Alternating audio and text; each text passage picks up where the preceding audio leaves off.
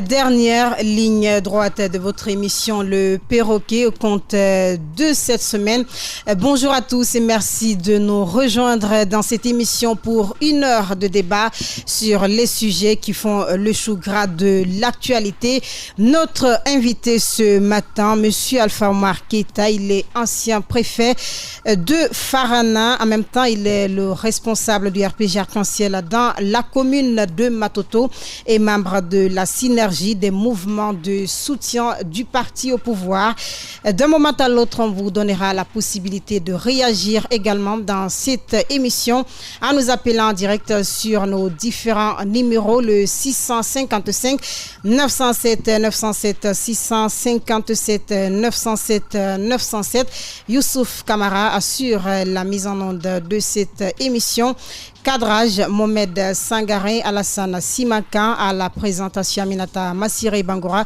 Encore une fois, bonjour à tous et bienvenue dans cette émission. Comme je l'ai rappelé tout à l'heure, 655 907 907 657 907 907, ce sont les numéros qu'il faut composer pour participer à cette émission. Notre invité ce matin, Monsieur Alpha Omar Keita, il est ancien préfet de Farana, responsable du RPG Arc-en-Ciel dans la commune de Matoto et membre de la synergie des mouvements de soutien du parti au pouvoir. Monsieur Alpha Omar, bonjour et bienvenue dans cette émission. Bonjour madame et merci de cette belle réception. Alors, le plaisir est partagé. Merci surtout d'avoir accepté notre invitation. L'actualité oblige. Le président Alpha Condé est officiellement le candidat du RPG Arc-en-Ciel à la présidentielle d'octobre prochain. Alors, pourquoi le choix du président Alpha Condé? Merci. Le choix du professeur Alpha Condé pour être le candidat d'un ensemble de partis, parce que c'est une précision qui est importante. D'accord. Il a été choisi par un ensemble de partis et d'organisations sociales, parmi lesquelles son parti, le RPG Arc-en-Ciel. Son choix n'a pas d'autres conditions. On a tenu fondamentalement compte de son passé. Qu'est-ce que j'appelle ici son passé? Les 2 mandats qu'il a eus à bénéficier grâce à la confiance du peuple de Guinée, l'exercice de ces mandats n'a pas déçu la majorité des Guinéens. Pour ces raisons, le peuple étant objectivité, la majorité du peuple, à travers un certain nombre de partis et de plusieurs mouvements sociaux, ont jeté leur dévolu sur lui parmi tant d'autres. Parce que j'apprends souvent des gens dire que s'il a été choisi, c'est parce qu'il n'y en a pas. Est-ce qu'on fait allusion très souvent pour dire qu'il y a peut-être un manque de non, au sein c'est du très loin de là. Mais est-ce que vous pensez que c'est seulement le président Alpha Condé au sein du parti au pouvoir qui peut faire l'affaire de la Pour le moment, nous préférons que ce soit lui.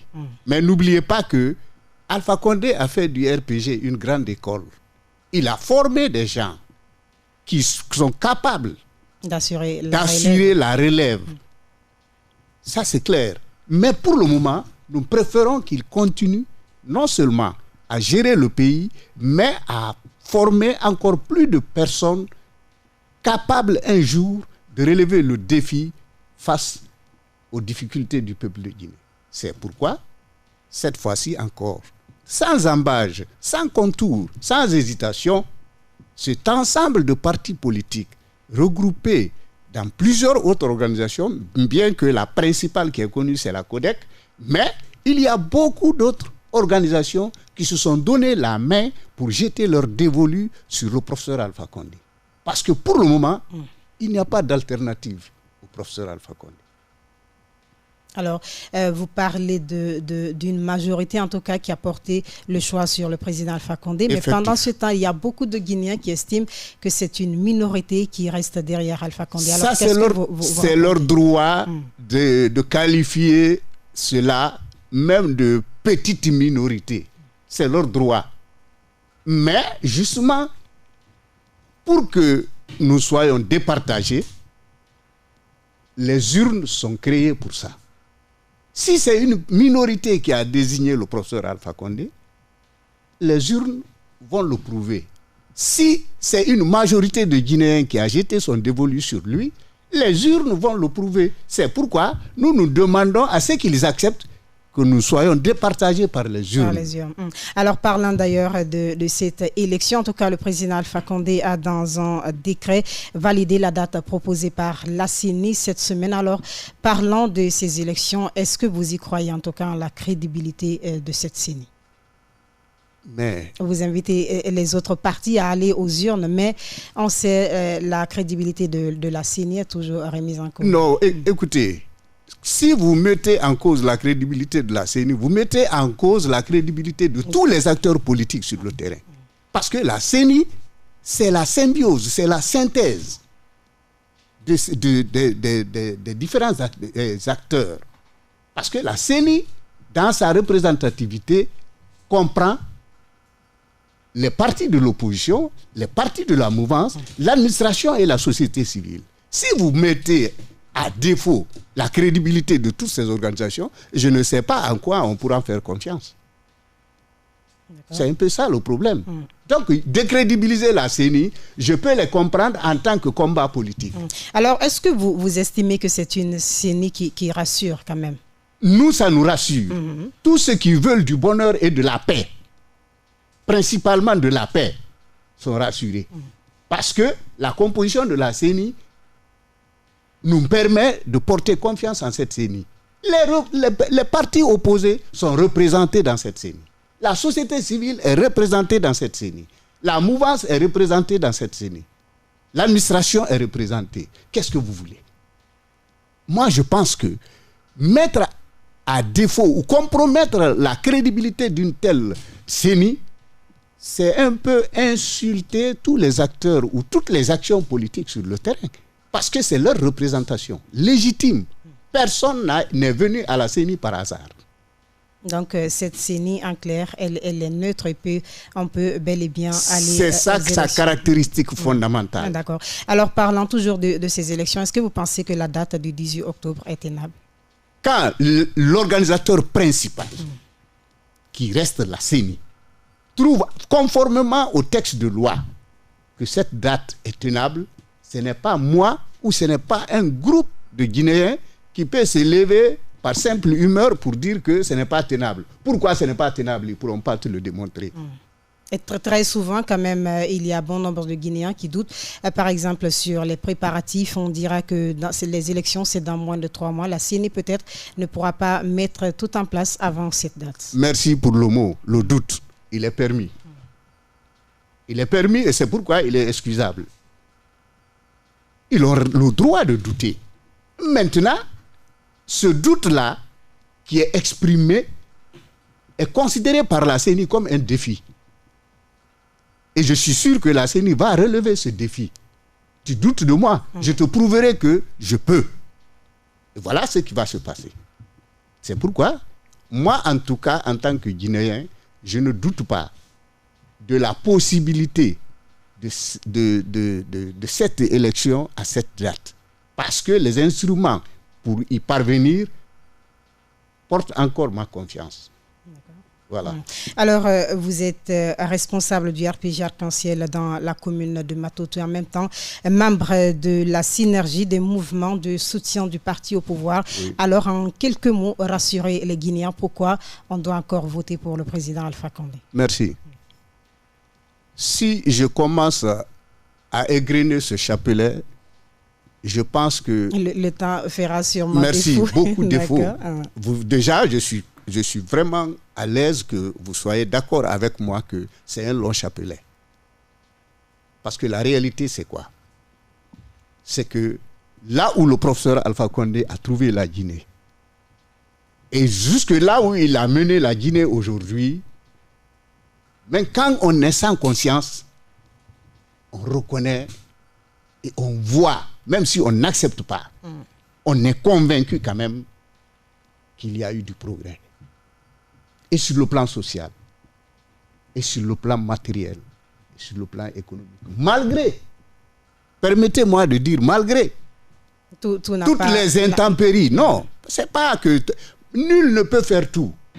Mais malgré les intempéries de la nature et malgré la mauvaise volonté de ceux qui devaient accepter de l'accompagner, quelque part. Et vous faites allusion à qui? Voilà, à l'opposition qui n'a créé que des problèmes. Parce que l'opposition politique guinéenne oublie une chose, c'est que la gestion du pouvoir de ton adversaire doit te prendre dans la conscience une part de responsabilité. Parce qu'aujourd'hui, tout ce que l'opposition a eu à faire pour embêter, pour empêcher le professeur Alpha Condé d'aller là où il voulait partir, demain, face à l'histoire, l'opposition aura des responsabilités devant le peuple. Parce que, danger d'ailleurs, ce qui est plus dangereux, c'est que les opposants se sont arrêtés devant tout le monde, à la face du monde aussi, pour dire qu'ils feront tout pour empêcher le professeur Alpha Condé de travailler. Ça, c'est un crime contre le peuple de Guinée. Parce que le professeur Alpha Condé, ce qu'il doit faire, il ne le fait pas pour lui. Il le fait pour le peuple de Guinée. Est-ce que cette opposition, en tout cas, a empêché le président Alpha Condé d'aller là où il voulait pendant ces 10 années de gouvernance? Oui, mais ça a quand même retardé la marche.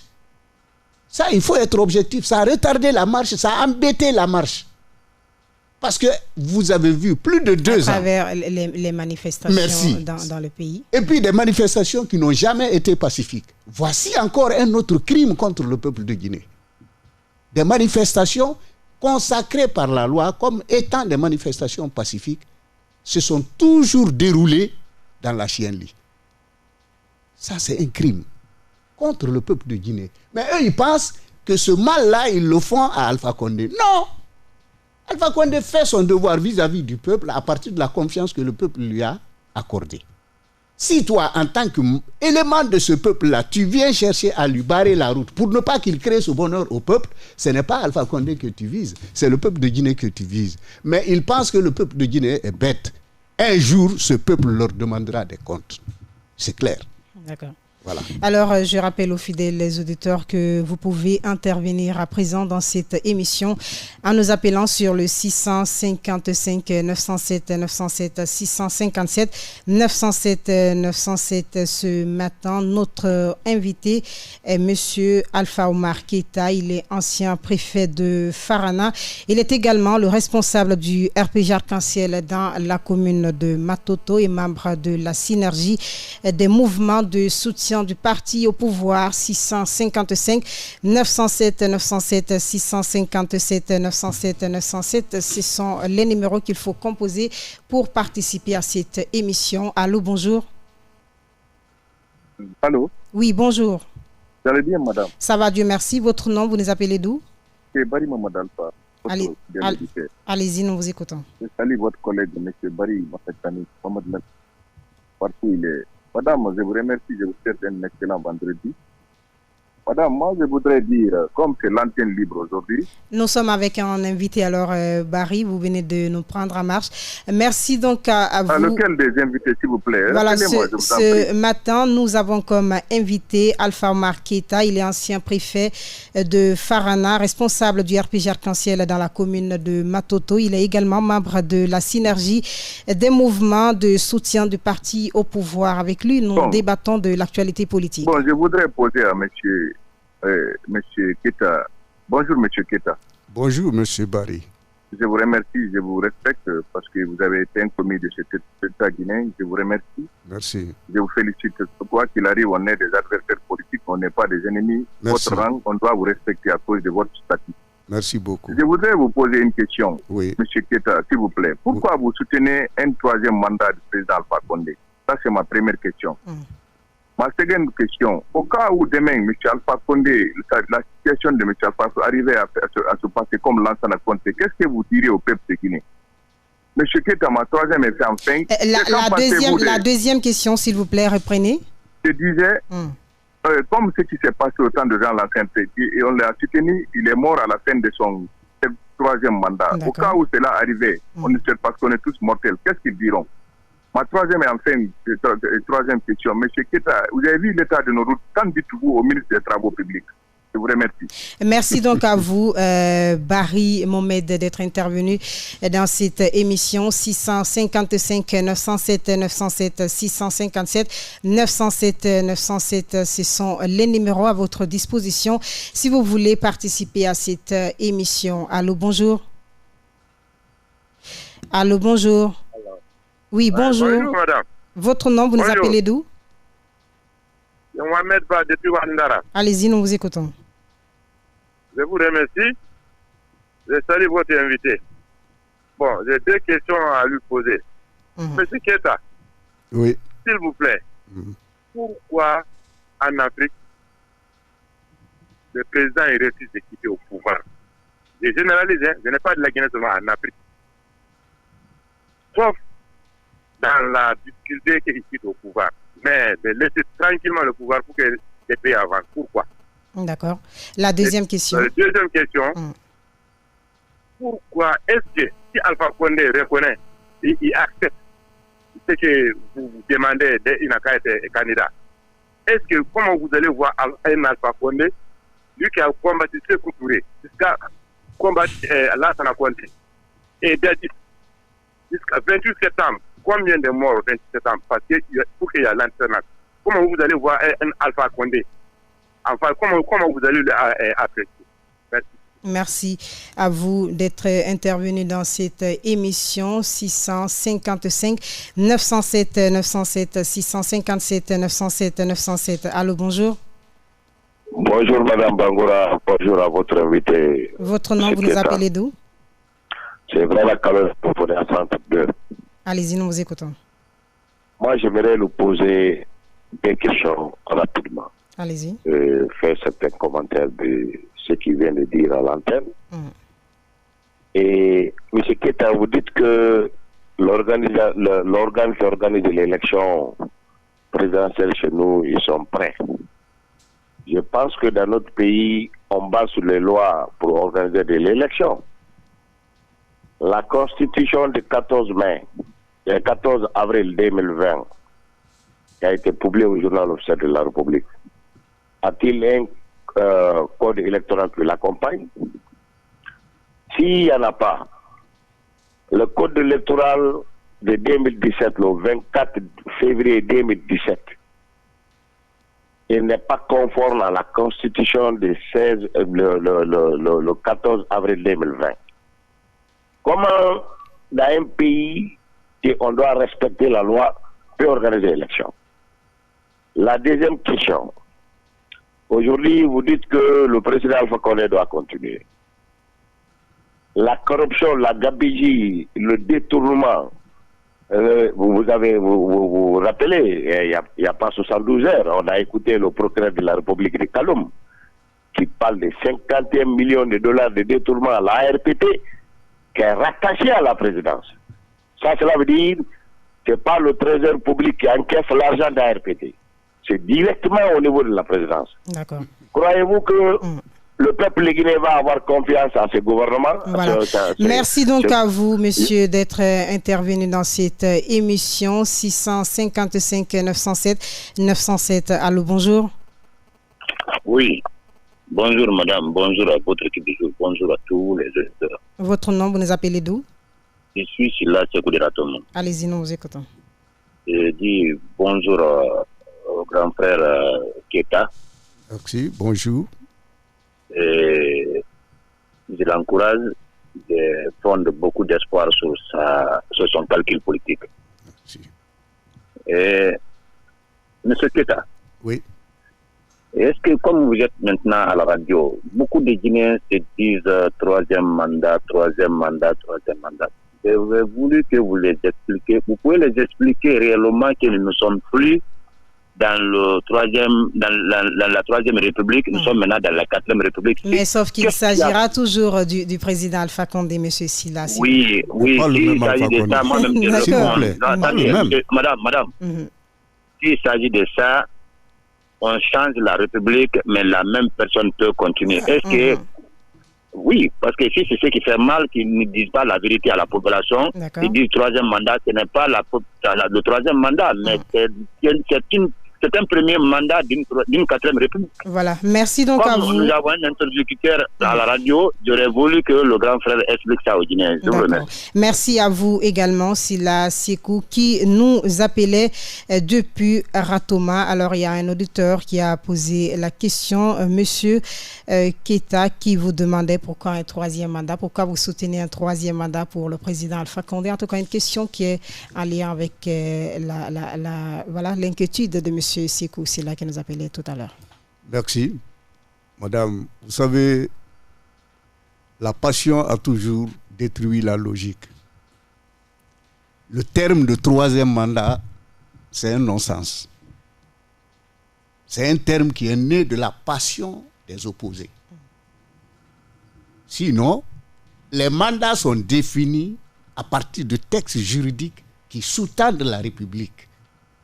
Quand ces textes-là changent, ce qui veut dire que le nouveau contenu que ces textes doivent prendre ne peuvent pas être tacitement la continuité du dénombrement de l'ancien texte. Ce n'est pas possible.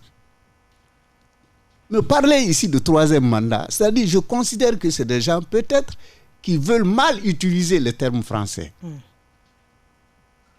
Parce que dès que la République change, parce que le contenu du texte fondamental a changé, les hommes en jeu changent. Même quand c'est les mêmes individus. Comme vous l'avez dit tout de suite, que c'est toujours le même Alpha Condé. Oui, c'est la personne Alpha, mais qui n'est plus... Mais la République, on change. À partir du moment où la République a changé, Alpha de la République, de la 3e République et Alpha de la 4e République, accepté que politiquement, démocratiquement, ce n'est pas le même individu. C'est ça la vérité. Et expliquez-nous davantage quelle est la différence. Merci. La différence, parce que c'est des individus, le candidat est moulé par le contenu de textes juridiques qui régissent les élections et la République. Dès que ce texte-là change, le moule de n'importe quel candidat doit changer. Je peux prendre un exemple. Si, par exemple, un opposant a été présenté aux premières élections, aux deuxièmes élections, à la 3e élection, là, par exemple, on ne peut pas me dire que c'est politiquement le même candidat. Non. Le candidat de la première élection... Il faut qu'il y ait également de l'alternance au sein des partis politiques. Non, vous m'amenez sur un terrain. L'alternance au sein des partis politiques, tout le monde sait que c'est le mal le plus récurrent aujourd'hui des politiciens, des partis politiques sur le terrain. Mais ce n'est pas de ça, moi, je veux parler. Je veux dire que dès que le contexte change, l'individu en présence change. Parce que quand le statut change, on considère que politiquement, l'individu a changé. Donc ici, qu'on ne me parle pas, moi, de 3e mandat. Parce que pour moi, c'est un non-sens. C'est un mandat d'une nouvelle république. Même si la personne biologique qui est là en présence reste la même, mais son statut n'est plus le même. D'accord. Il devient donc le premier président de la 4e République. Alors, il y a un autre auditeur également qui posait la question. Voilà, je ne sais pas trop si je vais dire comme lui. En tout cas, il demandait, est-ce que si le président Alpha Condé, on ne le souhaite pas, mais mourrait au pouvoir, vu son âge déjà qui a avancé, est-ce qu'il faut s'attendre au même sort pour la Guinée, ne jamais voir, par exemple, un ancien président? Oui, mais ça, tout ça là, ce n'est pas... Vous savez, je n'ai pas confiance en quelque chose où je veux saboter la chose, c'est différent. D'accord. Tout ça, c'est une façon de saboter nos textes. Je ne le souhaite pas. Si ce qu'il pense là arrivait, ce n'est pas la faute d'un parti politique ou d'un homme. Ça vient de Dieu. C'est la volonté de Dieu. Mais en prévision de ça, les textes juridiques n'ont pas dormi. Il y a un couloir qui est ouvert en prévision de tel cas. Donc, il ne faut même pas se poser des questions comme ça. Parce que si tu fais confiance aux textes qui régissent la République, tu ne peux pas te poser des questions pareilles. Parce que quoi qu'il en soit, le vide a été prévu et la façon de le boucher a été prévue. Alors, il y a une autre question également. Je pense que vous avez déjà répondu à la question, mais pour faire plaisir à notre auditeur, voilà, il parlait toujours de la crédibilité de la CENI. Est-ce qu'elle sera prête? Elle pourra mettre tout en place d'ici le 18 octobre prochain? Justement, je vous ai dit que le doute que les gens créent autour de la CENI est considéré par la CENI comme un défi. Et ce défi, je suis certain que la CENI va le relever. Alors, le bilan du président Alpha Condé également revient. Cet auditeur parlait surtout des détournements. Merci. Oui. Heureusement que lui, au moins, il permet à la justice de publier des faits de délinquance économique. Mais notre Guinée n'a pas commencé aujourd'hui. Il y a des richistes ici aujourd'hui qui ne se sont enrichis que sur le dos de l'État. Ils n'ont jamais été traduits. On a vu ici en République de Guinée des délinquants économiques qui ont été pas libérés, mais c'est le président de la République même qui est parti les prendre à la sûreté. On a vu ça ici. Si nous, au moins, nous réussissons à surveiller les deniers publics jusqu'au point de découvrir que tel et tel ont fait ceci et cela, on les traduit en justice et ce n'est pas un politique qui dénonce, c'est le procureur de la République. Moi, je pense que le Guinéen doit s'en féliciter. Ça veut dire que le combat contre le détournement, c'est-à-dire la corruption, c'est un autre des éléments sur lesquels la gouvernance Alpha Condé est basée. Parce que aucun procureur, depuis que je suis en Guinée, je n'ai pas vu un procureur d'abord dénoncer ou en tout cas diffuser une pareille nouvelle. Si au moins aujourd'hui, nous, on réussit à trimballer ces délinquants économiques-là jusque devant le procureur et les laisser à sa disposition, le Guinéen doit s'en féliciter et se dire oui, ça va marcher parce que ça commence à marcher. D'accord. Alors, comme d'habitude, à chaque élection, les leaders misent beaucoup plus sur la commune de Matoto, qui est d'ailleurs la plus grande commune. Alors, en tant que responsable du RPG Arc-en-Ciel dans la dite commune, qu'est-ce que vous avez prévu pour les élections du 18 octobre prochain, puisque la campagne, forcément, sera lancée? Merci. Nous ne pouvons pas prévoir autre chose que notre victoire écrasante. Et c'est pourquoi, dès maintenant, des stratégies commencent à être en place. Vous allez apprendre, parce que les mauvaises langues savent toujours interpréter les choses à leur guise. Vous allez apprendre peut-être qu'il y a 2 QG à Matoto. Non. Les gens n'ont qu'à considérer ces différents QG comme des points d'appui. Compte tenu de l'immensité de la commune de Matoto. Le débat quand même fuse de partout ces derniers temps. Non, c'est une stratégie. Il ne faut pas considérer ça comme les gens pensent.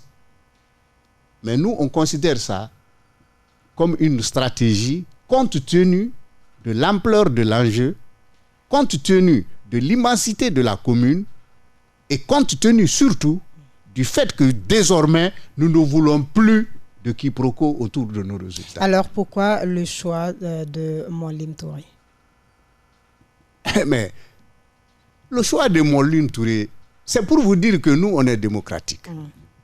Les structures du parti ont compris qu'elles peuvent travailler aisément avec Monlim Touré. Les organisations sociales, les mouvements de soutien dans Matoto ont compris que l'homme avec lequel nous pouvons aller à la victoire sans difficulté et sans objection, c'est Monlim Touré. C'est pourquoi, autant que le professeur Alpha Condé pour la Guinée, pour diriger la coordination de Matoto, il n'y a pas d'alternative à Monlim Touré, qui sera accompagné par une équipe dynamique que vous allez voir, qui sera composée d'éléments comme les Hadjakalo, pour ne citer que celle-ci, vous allez voir que cette équipe-là sera l'équipe qui va envoyer le président Alpha Condé. La commune de Matoto, en tout cas, lors des élections. Non, c'est la victoire. Alors, sera sans embâche. Il n'y aura plus de tiraillement. Non. Nous évitons désormais ça. C'est pourquoi la stratégie, nous avons déconcentré nos points d'appui. Les QG, là, nous, on considère ça comme des points d'appui chez les militaires. Ça permet de mieux contrôler le terrain. Ça permet d'être plus à proximité des problèmes. Voilà pourquoi il y a, si vous voulez, aujourd'hui 2 QG. Mais partout où vous allez dans ces QG, c'est les éléments du RPG que vous trouvez, qui ne se battent pas pour autre chose. Tous se battent pour une victoire sans contestation. Et cela, je vous garantis que le soir du 18 octobre, les résultats de Matoto permettront à Alpha Condé de se réinstaller à Séoutouria. D'accord.